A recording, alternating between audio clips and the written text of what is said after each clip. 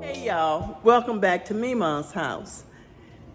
Today we are making apple crisp, and it is one of those things that is warming, and it's a little bit something different than what we had for the Christmas holidays, and we wanted to just bring in the new year with something delicious and sweet. So come with me while I make my apple crisp. Okay, we'll start with 6 apples. I have peeled 3 Granny Smith apples, and I have 3 more Fuji apples. The Granny Smith are nice and firm, and the Fuji has a little bit of tenderness to it. So it's a good mixture to have.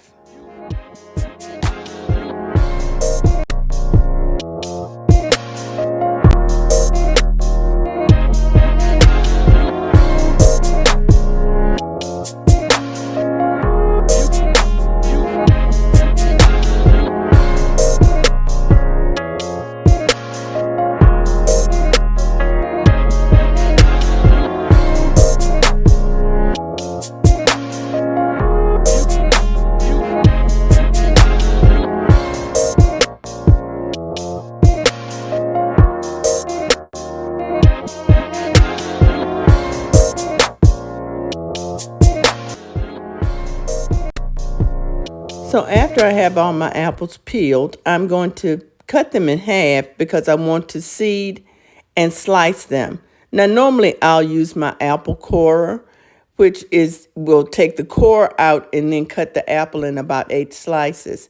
But I want my apple slices nice and thin, so I'm going to do it by hand.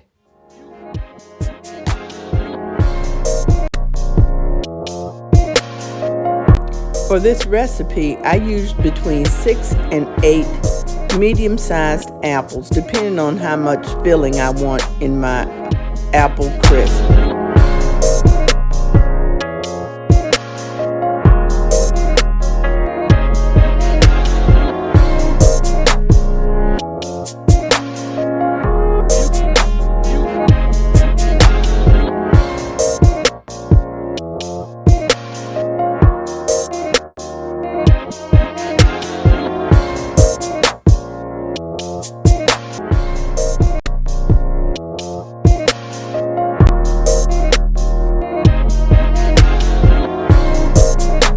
Dealing with the apples is the most time-consuming part of this whole process, but it is certainly worth it.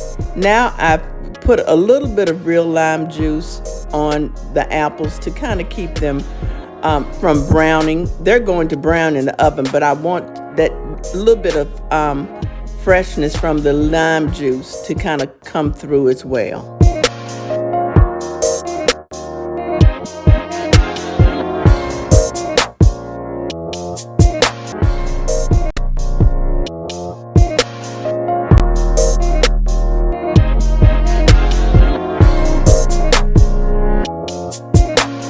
So I'm cutting my slices real thin so that they will cook evenly. Hopefully it will allow them to cook quickly as well.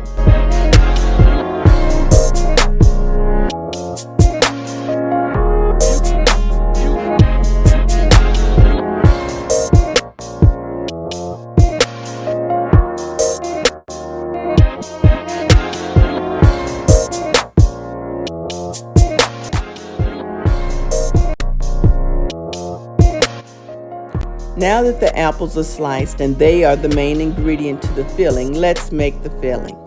The filling includes 1 cup of granulated sugar. To that, I will add 1 tablespoon of vanilla extract, a pinch of salt, 1 tablespoon of cinnamon,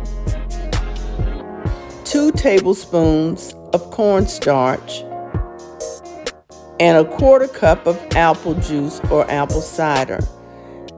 It depends upon what kind of apples you're using as to how much liquid you think you may want to add and how much juice you want with your filling. So you can add up to a cup of water or apple juice to the filling because it will make more sauce to go with your apples.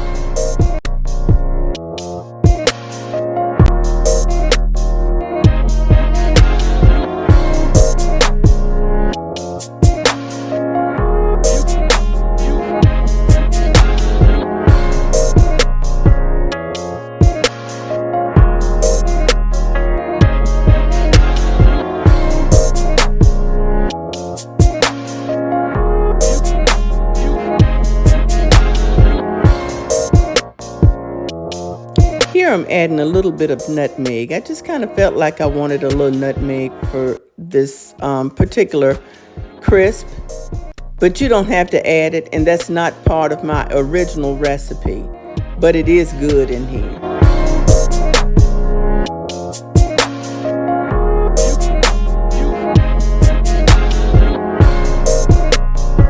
Now that all the ingredients are in the bowl, go ahead and stir until well combined.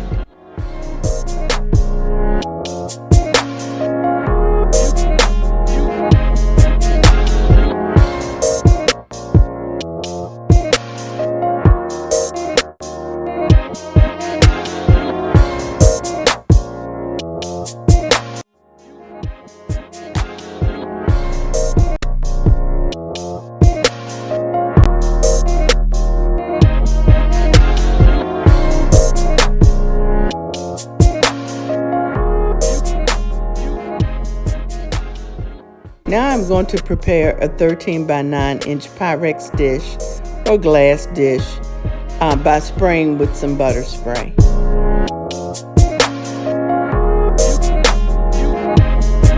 Now it's time to pour the filling into the prepared pyrex dish.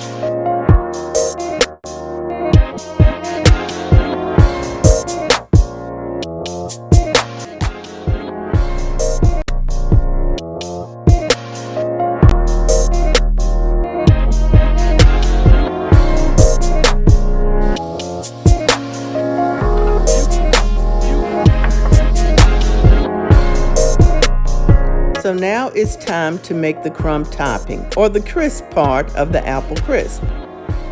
In a medium-sized bowl, I'm going to add 1 cup of oatmeal, 1 cup of flour, a half a cup of brown sugar, 1 teaspoon of salt, a half a cup of pecans, which I'm adding now, and I had pecan halves, but then I decided I didn't want that big a pecan in there, so I kind of broke them up with my hand, and 1 stick of butter.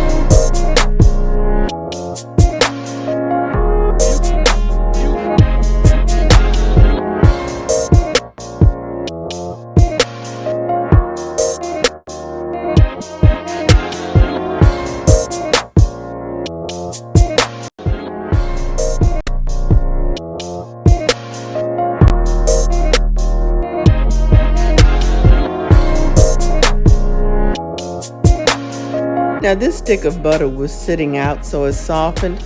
I usually like to use cold butter, but since it was sitting there, I went ahead and used it.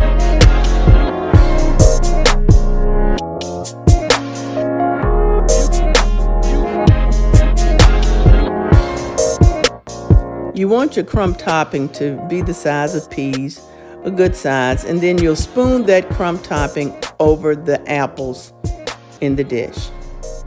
Put it in a 350-degree oven and bake until bubbly and golden brown, which is about 20-25 minutes.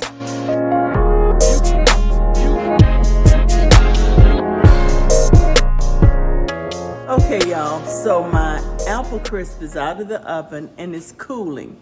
So as soon as it cools down, I'll get my taste testers in here so that you can see what they think about it.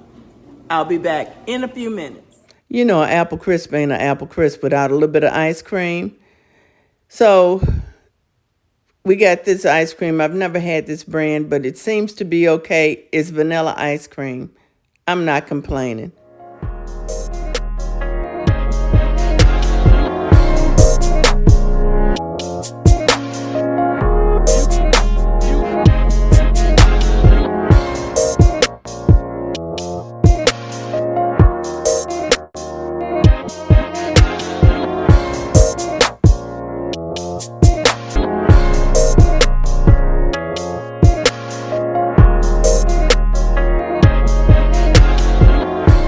This crisp is not as juicy as I like. It doesn't have as much juice. The flavor is good, but the juice was not there. I should have added a little bit more liquid. Okay, so I'm here with my taste tester, and she's going to taste. I put a little bit of ice cream in here so that she could try a little bit of apple crisp a la mode.